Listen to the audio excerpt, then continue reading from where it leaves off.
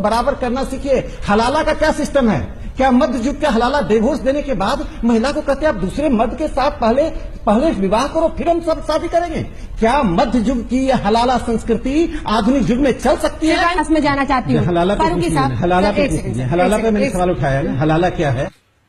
लगता है संघ ने राकेश सिन्हा जी आपको ये ट्रेनिंग दी है कि आप मुसलमानों से हलाला के बारे में पूछते रहें।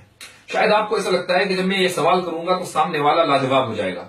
शायद आपको ये लगता है कि मेरे पास कोई कमजोर पॉइंट मुसलमानों का है कि जैसे ही मैं हलाला के बारे में गुफ्तगू करूंगा सामने वाला स्पीचलेस हो जाएगा और उसके पास कोई जवाब नहीं होगा। और इस तरीके से जो मेरा जो एम्बिशन है, जो मेरा जो प्लान है, जो मेरा जो एजेंडा है कि मैं किस तरीके से शरीयत में नुक्ताचीनी करूं और शरीयत को मैं फरसूदा दिखा दूं, मैं उस एजेंडे में कामयाब हो जाऊंगा? हरगिज नहीं।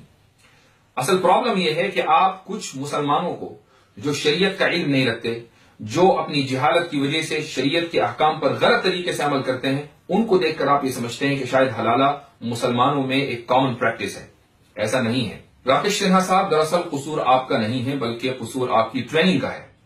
आपने समझा कि मुस्लिम कम्युनिटी में हलाला किसी प्रोसेस का नाम है कि जिसके जरिए एक औरत जिसको 3 तलाक दे दी जाती है वो इस प्रोसेस से गुजरकर अपने साबिका हस्बैंड के लिए हलाल हो जाती है। नहीं, हलाला प्रोसेस का नाम नहीं है बल्कि हलाला रिजल्ट का नाम है। हमारे नबी रसूल अकरम सल्लल्लाहु अलैहि वसल्लम की एक सही हदीस है। आपने फरमाया कि अल्लाह सुब्हानहू व तआला की लानत हो ऐसे शख्स पर जो हलाला करता हो और जिसके लिए हलाला किया जाता हो।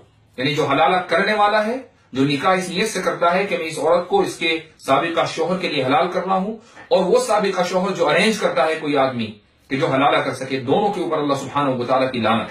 इसकी वजह यह है कि जो हलाले को प्रोसेस समझते हैं वो सख्त गुनाह का इर्तिकाब करते हैं और अल्लाह सुब्हानहू व तआला की लानत के मुस्तहिक होते हैं।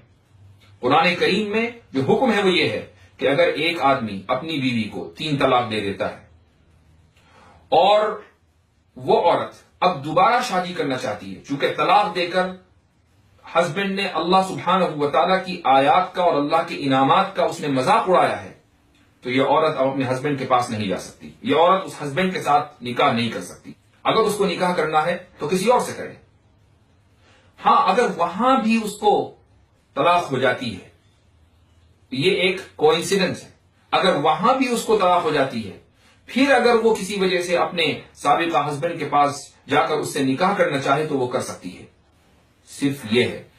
इसका मतलब ये हुआ कि उसने जो दूसरी मैरिज की है, उस दूसरी मैरिज ने इस औरत को पहले हस्बैंड के लिए हलाल कर दिया। इसका मतलब हरगिज ये नहीं है कि हर वो शख्स जो अपनी बीवी को 3 तलाक दे, अब अगर वो उस बीवी से दोबारा निकाह करना चाह रहा है तो वो पहले किसी मर्द का इंतजाम करे, वो औरत किसी मर्द के साथ निकाह करे, एक रात उसके साथ गुजारे और उसके बाद वो अपने हस्बैंड के पास आए और उससे निकाह करे। हरगिज नहीं। हलाला प्रोसेस का नाम नहीं है, रिजल्ट का नाम है। अगर आप ये 2 लफ्ज और ये 2 टर्मिनोलॉजीज अपने जहन में रखेंगे तो आपको कभी भी एतराज नहीं होगा।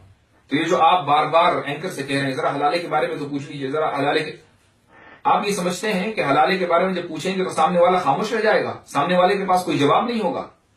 आप हमारी शरीयत हमसे बेहतर नहीं समझते हैं।